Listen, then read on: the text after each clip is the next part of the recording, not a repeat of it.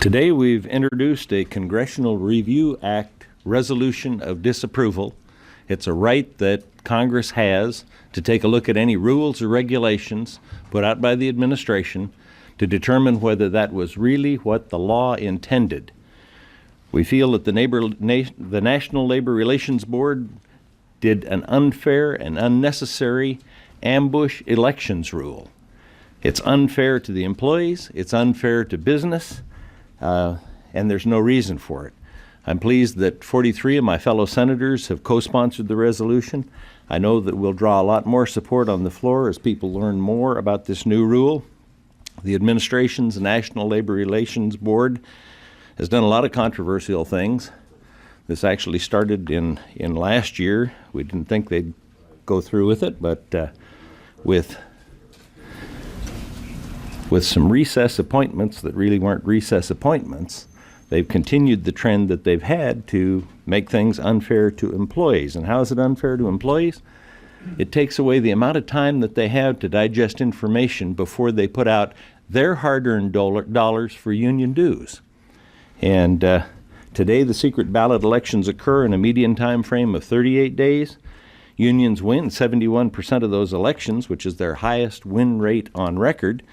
And therefore, there's no justification for ambushing the employees and the employers to force that up to as small as 10 days and limit the ability to exercise their rights and their ability to learn what the true situation is before they invest their money.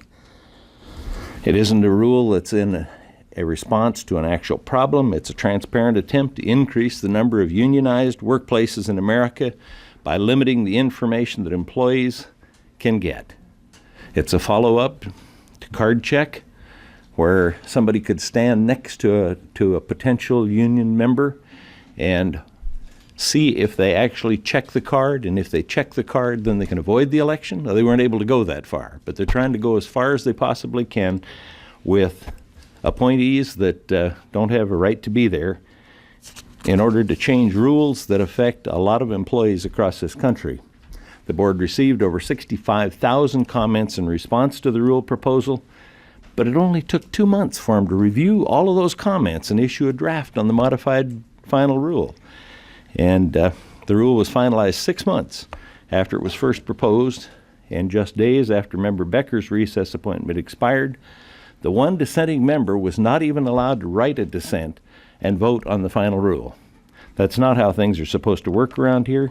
We'll be assured of 8 hours of debate on this and a vote, and it only takes 51 votes to overturn a rule by any committee in the Senate, and then, of course, there has to be House action and even approval of the President. But we think if that passes both houses, that it'll send a real message to the President, both about his recess appointees and this particular rule and any further rules that they anticipate doing that would even have more impact. And I think that's where they're headed.